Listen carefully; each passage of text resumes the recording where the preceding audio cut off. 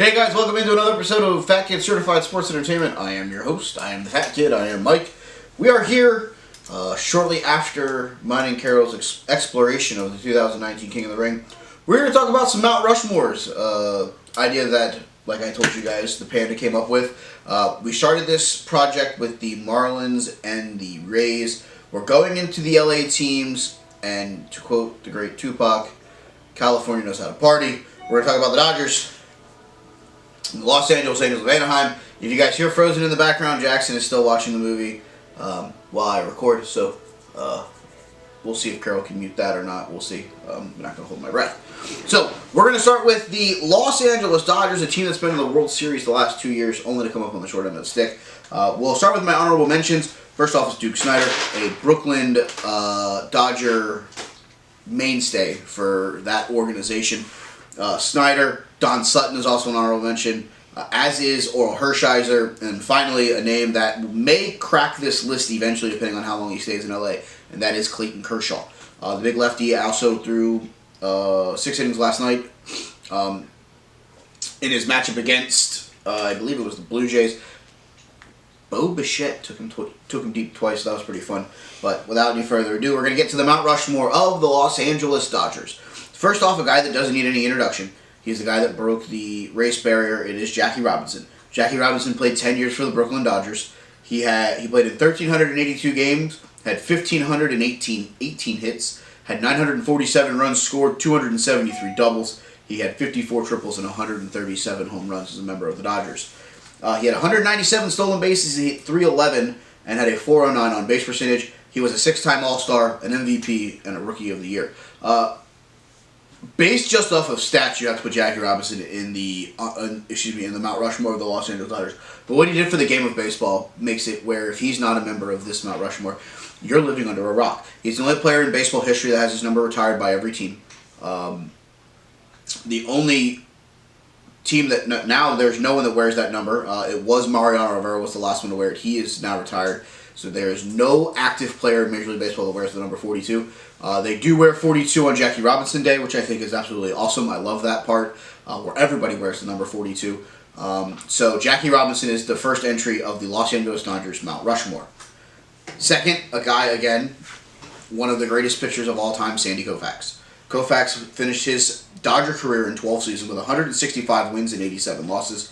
He had a 2.76 career ERA with the Dodgers in 2,324 and a third innings pitched. His WHIP was 1.10. He had 137 complete games, 40 shutouts as a member of the Dodgers, and 2,396 strikeouts in Dodger Blue. He was a 7-time All-Star, 3-time Cy Young, a 1-time MVP, and finished second twice. Something that you don't see from pitchers very often, especially nowadays, is that them finishing in the top 5 of the MVP. Koufax won one and finished twice second. So Koufax was an easy option here for me. So the first two have been very simple. It's been Jackie Robinson, it's been Sandy Koufax. The next two, you could argument, should they be there, should they not be there, based off of who I mentioned in the honorable mentions, Kershaw, Hershiser, Snyder, and Sutton. Number 3 for me is Pee Wee Reese. Pee Wee Reese played 2,166 games as a member of the Dodgers in 16 seasons. He lost 3 years of baseball eligibility due to military service. So it could have been a 19-year career for Reese. So Reese played 2,166 games in Dodger Blue. He had 2,170 hits. He had 1,338 runs scored. He had 330 doubles, 80 triples, 126 home runs, 885 RBIs, a 269 career batting average, a little on the lower side, but in this day and age, it actually wasn't that bad. And he had a 366 on base percentage. I think the big thing here for Reese is that in the middle of his career, he lost 3 years to have to go serve the military.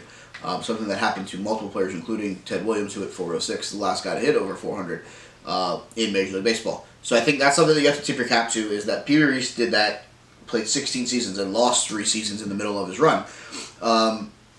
So that's why I added him. And last but not least is Don Drysdale. John Drysdale played 14 seasons in Dodger Blue. He finished with 209 career wins, 166 career losses. He had 3,432 innings pitched. He had a 2.95 ERA, a 1.14 WHIP, 167 complete games, and 2,486 strikeouts. Drysdale was a 9-time All-Star and won the Cy Young Award once. So if you look at the Mount Rushmore here of the Dodgers, Robinson was a 6-time All-Star with an MVP and a Rookie of the Year. So Sandy Koufax, 7-time All-Star, 3-time Cy Young Award winner, a 1-time MVP, finished second twice. Pete Reese was an All-Star 10 times in his 16-year career, and Don Drysdale made 9 All-Star game appearances and won 1 Cy Young in 14 seasons in Dodger Blue. So a lot of awards here for these guys in Dodger Blue. Don Drysdale has been a guy that's always been really, really good. Very underappreciated, very... I'm not going to say that they don't look at him the same way as they look at other guys, but I obviously feel that he was a big piece of those good Dodger teams. That's why I put him in over Hershiser. Hershiser was probably my first out. Clayton Kershaw was probably my second out. So the Dodgers, my Mount Rushmore officially, Robinson, Koufax, Pee Wee Reese, and Don Drysdale. If you want to add someone or you think that someone should deserve to be in there more than them, feel free to hit me up with a comment below. We can argue about it a little bit. We can do a subject and question and answer kind of thing. But that is Dodger Blue. We go across the freeway to Anaheim. The Los Angeles Angels of Anaheim, formerly known as the California Angels, formerly known as the Los Angeles Angels of Anaheim, formerly known as the Anaheim Angels. I call them the Los Angeles Angels of Anaheim, Southwest Compton, Orange County, because they have so many different team names. As you can see here, I'm joined by the Funko Pop version of Mike Trout, who I feel is the best player in baseball. Also wearing the Mike Trout Military Appreciation jersey that they did 2 years ago. Big fan of that one. So we'll start with the Dodgers, or excuse me, we'll start with the Angels, who I have my honorable mentions as Chuck Finley, Jim Fregosi, Troy Glaus, who was a big piece of that World Series team, and then finally Jim Edmonds.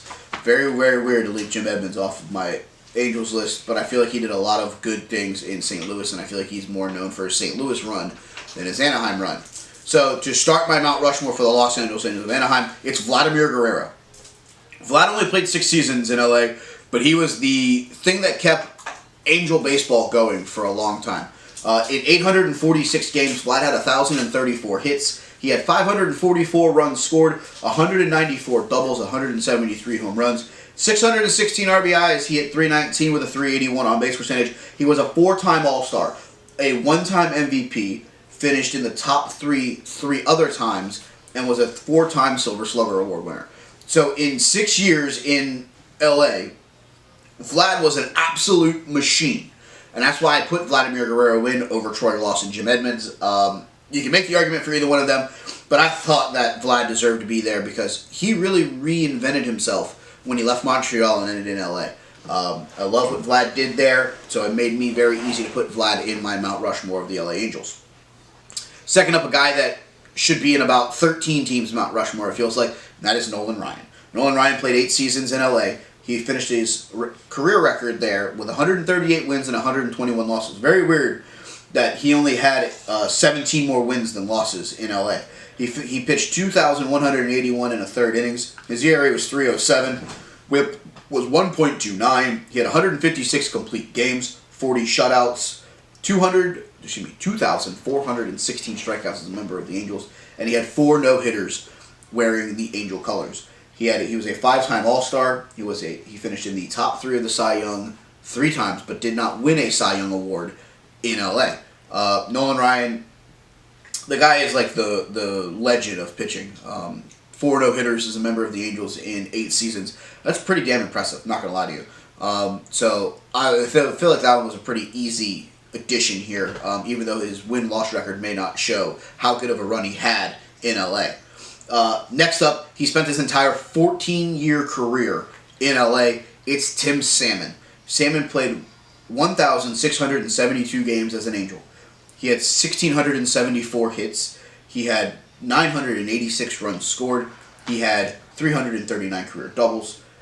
He had 299 career home runs, 1,016 career RBIs, a 282 batting average, and a 385 on-base percentage. He was the Rookie of the Year and 1 Silver Slugger.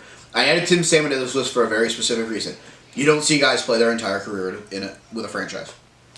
I thought he deserved to be there over Edmonds and Glaus, which this is probably the guy that if you're going to take out of my list, it may be him because his numbers don't look up and they don't blow you off the charts. But I thought Tim Salmon was a guy that deserved some recognition. Tim was Angel Red through and through. And I think that's the guy that when you think synonymously of the Los Angeles Angels of Anaheim, he doesn't get credit for how good he was in the years that they were really, really bad.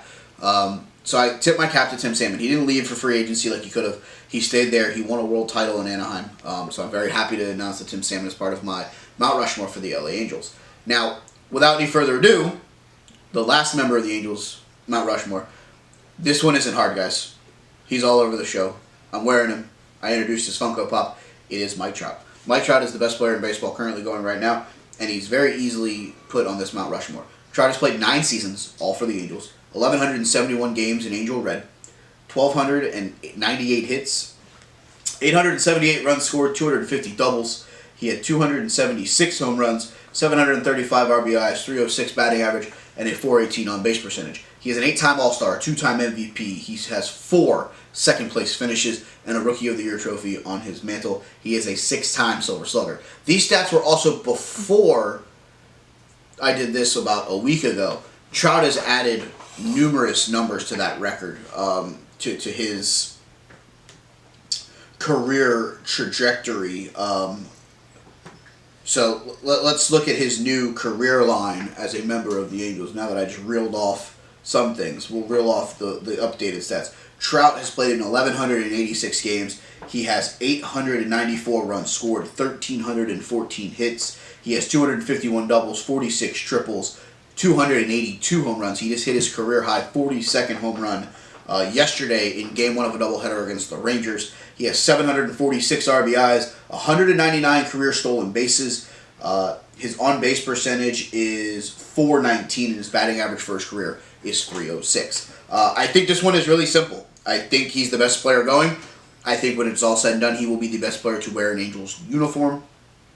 I think Mike Trout is by far the most deserving Angel to be on this list. Maybe you could argue for Nolan Ryan, but I really feel like those two are the two locks there. So my Angels Mount Rushmore: Guerrero, Ryan, Salmon, and Trout. So LA, again, knows how to party. I have now completed the LA duo. The Dodgers with Robinson, Koufax, Reese, and Drysdale. The Angels with Trout, Salmon, Ryan, and Guerrero. If you disagree with me, feel free to hit the comments. Let me know what you think I did wrong. Let me know who you think should be there. Let me know who you think didn't get enough love from me. Whether it be an honorable mention or be a guy who should be in the Mount Rushmore for. That is the Los Angeles quartet or duo or whatever you want to call it. We're not done with California though, as we go to the West Coast some more. We're going to go down in the south part of California. We're going to talk about the San Diego Padres. They didn't really have anybody down there in the south part of California to pair them up with, so I decided to pair them up with a guy and a franchise that almost left their current home market, the Seattle Mariners. Who will join Ken Griffey Jr. in Mariner lore? Who will join Tony Gwynn in Padre lore? That is going to be our next Mount Rushmore episode here on Fat Kid Certified Sports Entertainment. If you guys would like to tell me who you think should be part of those two Mount Rushmores, hit the comments below. As always, hit the like, subscribe for me, please. Let me know what I can and cannot do better. We're trying to figure out some things here on the home front to make things look better and more clean. So if you have any suggestions, feel free to hit me up in the comments or hit me up on Twitter at TheyCallMeBurn, on Instagram at fatkidcertifiedse, or if you have my personal number, feel free to shoot me a text and maybe we can fix. So until the next episode where we talk about the San Diego Padres and the Seattle Mariners, I am Fat Kid Certified. I am Mike Bernier. Until then, I see you all later.